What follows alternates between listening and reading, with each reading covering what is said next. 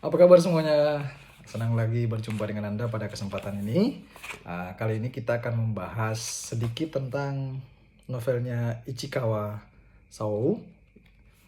Ini baca gimana ya? Ichikawa Sao yang diterjemahkan oleh Dewi Anggreni pada tahun 2004. Novel ini terbit pada tahun 2023 dan kemudian yang menarik adalah Ichikawa ini adalah seorang yang difabel dengan kondisi badan dan kondisi tubuh yang tidak begitu normal seperti orang kebanyakan.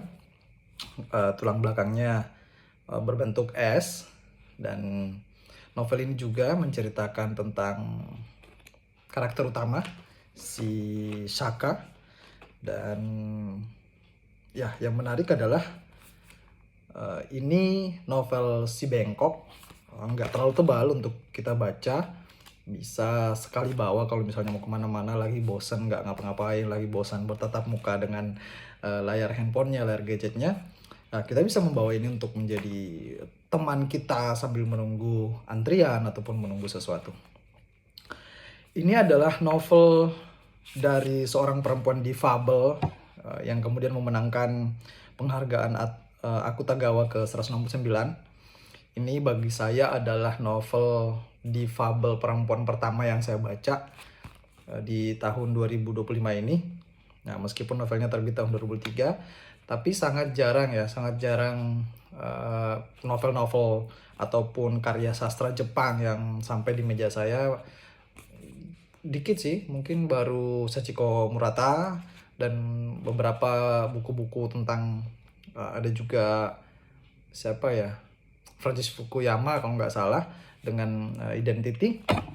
Jadi beberapa pemikir-pemikir Jepang juga udah banyak menerbitkan buku-buku dan pemikiran-pemikiran hebat. Oke, kita kembali ke novel ini. Novel ini menariknya adalah jika kita melihat bagaimana peran seorang perempuan, bagaimana perempuan difabel, kebetulan aja dia lahir dari keluarga yang kaya, kemudian dia membaca menjadi seorang penulis di sebuah platform online, dan dia membahas tentang sentilan-sentilan aktivitas orang dewasa, misalnya berhubungan badan dan semuanya. Nah, di balik itu si siapa sih, saya lupa nama lengkapnya nih, si Shaka itu ingin juga menikmati atau merasakan hal-hal demikian, hal-hal yang sama gitu. Jadi sebagai seorang perempuan, kemudian ditambah lagi dia menulis tentang sentilan-sentilan dewasa, dia ingin merasakan hubungan intim dengan laki-laki. Dan juga yang mencengangkan adalah dia ingin merasakan hamil tetapi sekaligus ingin aborsi. Nah, saya menulis satu kritik sastra tentang buku ini, novel ini. Saya menulis dengan judul Eksistensi dalam novel Si Bengkok.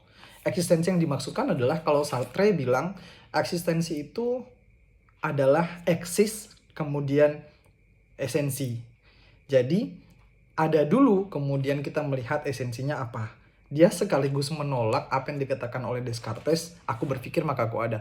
Karena ketika kita melihat Descartes, aku berpikir maka aku ada, it means that kita harus ada. Kita harus berguna, kita harus mengikuti function. Mungkin function based on the society atau seperti apa. Nah, itu Sartre menolak itu. Dia harus, kalau udah orang ada, ya ada. Hanya setelah dari ada itu, ada yang penting. Yang penting itu adalah kesadaran. Untuk membangun sebuah esensi menjadi seperti apa, maka kita harus sadar. Nah, di novel ini si pemeran utama ingin merasakan hubungan seksual, kemudian hamil, kemudian mengaborsi.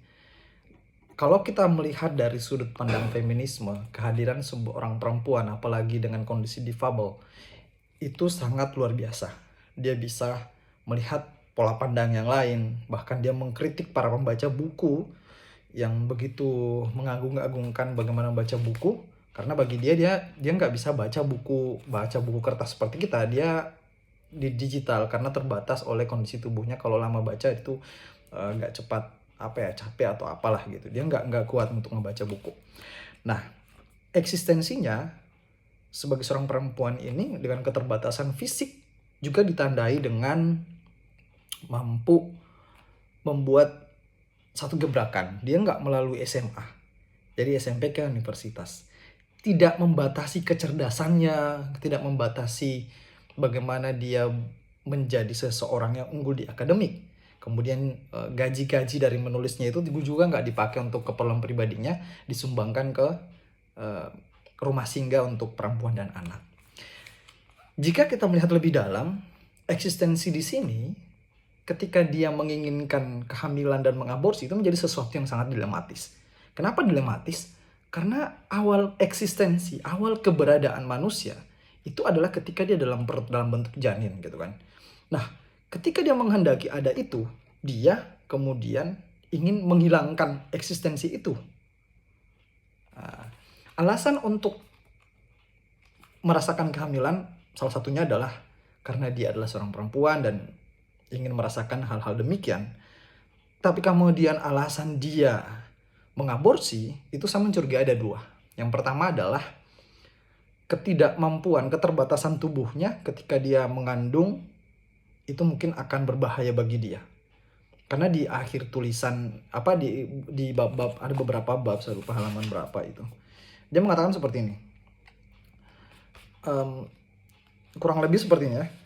Saya lupa di halaman berapa. Kalau intinya adalah ini adalah tunas muda. Jadi dia masih tunas muda.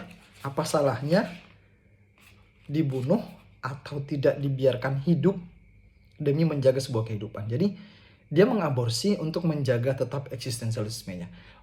Untuk tetap dia hidup, untuk tetap dia ada. Nah, inilah sebuah dilematis yang menarik dari buku ini untuk kita kaji. Ini akan menjadi sebuah bahan diskusi yang panjang kawan-kawan, karena ya kita bisa melihat bagaimana eksistensi itu diperdebatkan.